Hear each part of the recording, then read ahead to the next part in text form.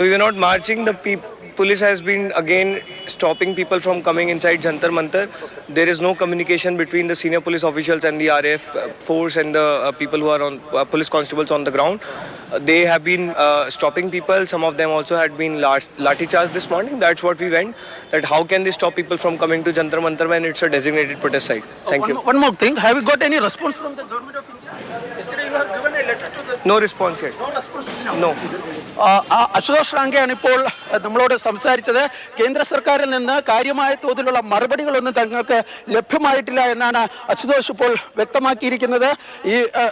ഈ പ്രദേശത്ത് നിന്ന് ഇപ്പോൾ പ്രവർത്തകർ പൂർണ്ണമായും പിരിഞ്ഞു പോയിരിക്കുകയാണ്. കാരണം രാവിലെ തങ്ങളുടെ സമരത്തിൽ പ്രവേശിപ്പിക്കാൻ വരാൻ വേണ്ടി പോകുന്ന പ്രവർത്തകരെ പോലീസ് തടഞ്ഞിരുന്നു. അതുകൊണ്ടാണ് അബ്ജിത്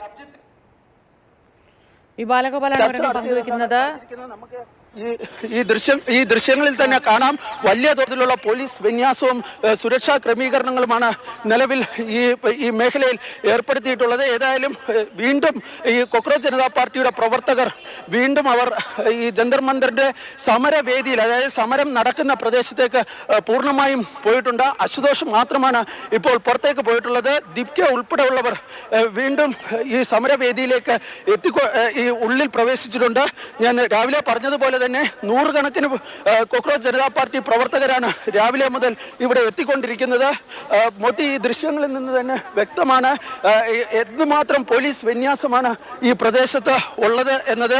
ഡൽഹി പോലീസിന്റെയും അതുപോലെ തന്നെ കേന്ദ്രസേനാ വിഭാഗങ്ങളും RAFും ഉൾപ്പെടെ നിരവധി സൈനികരെ അല്ലെങ്കിൽ നിരവധി സുരക്ഷാ ഉദ്യോഗസ്ഥരെ ഈ പ്രദേശത്ത് വിന്യസിപ്പിച്ചിട്ടുണ്ട്. നമുക്ക് ഒന്നുകൂടി ഈ സമരം നടക്കുന്ന ജന്തർ മന്ദറിനുള്ളിലേക്ക് പ്രവേശിപ്പിക്കാവുന്നതാണ്. ഇപ്പോൾ കാര്യമായ തോതിലുള്ള പരിശോധനകൾക്ക് ശേഷമാണ് ഈ പ്രവർത്തകരെയും മറ്റും ഈ കോക്രോച്ച് ജനതാ പാർട്ടി പ്രവർത്തകരെ ഉൾപ്പെടെ ഇപ്പോൾ ഇതിലേക്ക് പ്രവേശിപ്പിക്കുന്നത്.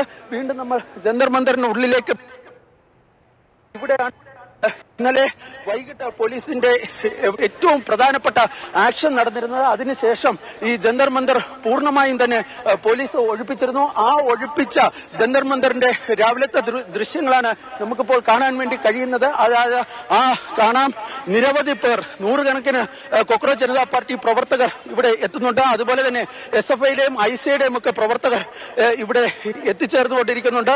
സമരം വീണ്ടും പൂർവാധികം ശക്തമാക്കുവാനാണ് തീരുമാനിച്ചിട്ടുള്ളത്. സർക്കാരിന്റെ ഭാഗത്ത് നിന്ന് ഒരു തരത്തിലുള്ള പ്രതികരണവും ഇതുവരെ ഔദ്യോഗികമായി തങ്ങൾക്ക് ലഭ്യമായിട്ടില്ല. ഇവിടെ ഈ ജന്തർ മന്ദറിൽ ഗോപാലാണ് വിവരങ്ങൾ പങ്കുവയ്ക്കുന്നത്. ജന്തർ മന്ദറിൽ നിന്നും കോക്രോച്ച് ജനതാ പാർട്ടിയുടെ നേതൃത്വത്തിൽ പ്രവർത്തകർ പുറത്തേക്ക് പോവുകയാണ്. ഇന്നും പാർലമെന്റ് മാർച്ചിനുള്ള ശ്രമങ്ങളാണ് നടത്തുന്നത്. അഭിജിത്ത് ദീപ്കയെ പക്ഷേ പുറത്തേക്ക് പോകാൻ പോലീസും സേനാംഗങ്ങളും അനുവദിച്ചില്ല. നേരിയ തോതിലുള്ള ഒരു ബഹളം അവിടെ നടക്കുന്നത് നമ്മൾ നേരത്തെ കണ്ടതാണ്. വിവരങ്ങൾ നൽകിയ ബാലഗോപാലൻ നല്ല ദിവസമായിരിക്കട്ടെ എന്ന് ആശംസിക്കുന്നു.